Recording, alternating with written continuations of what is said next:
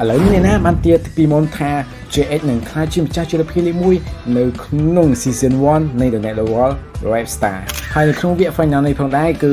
បេក្ខជនទាំង3នាក់ក៏ប្រកបនឹងធ្វើការជាម្នាក់ឯងក៏ដូចជា collaboration ជាមួយនឹង Legend ផងដែរ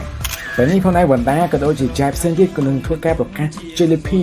លេខ1នៅក្នុងកម្មវិធី The Next Level Rap Star នៅក្នុង Season 1 នេះតែម្ដងតែបេក្ខជនម្នាក់នោះគឺ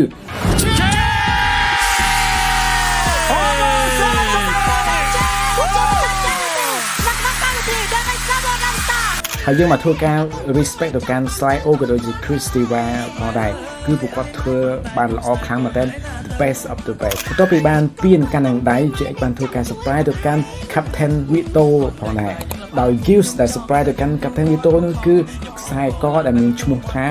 Vito ហើយចំពោះ Gills នេះផងដែរគឺមិនមែន JX អង្គនេះឯងនោះទេគឺមាន Wansa ហើយនឹង Finn បានចូលរួមផងដែរដើម្បី surprise ទៅកាន់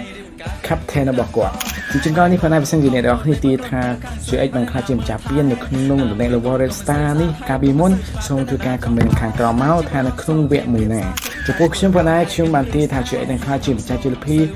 លេខ1នៅក្នុងកម្មវិធី The Next Level Rap Star Season 1 នេះគឺតាំងពីវគ្គ collaboration ពី The Best Content ដែលខ្ញុំបានឃើញគាត់សម្ដែងអរគុណសម្រាប់ការតាមដានវីដេអូនេះ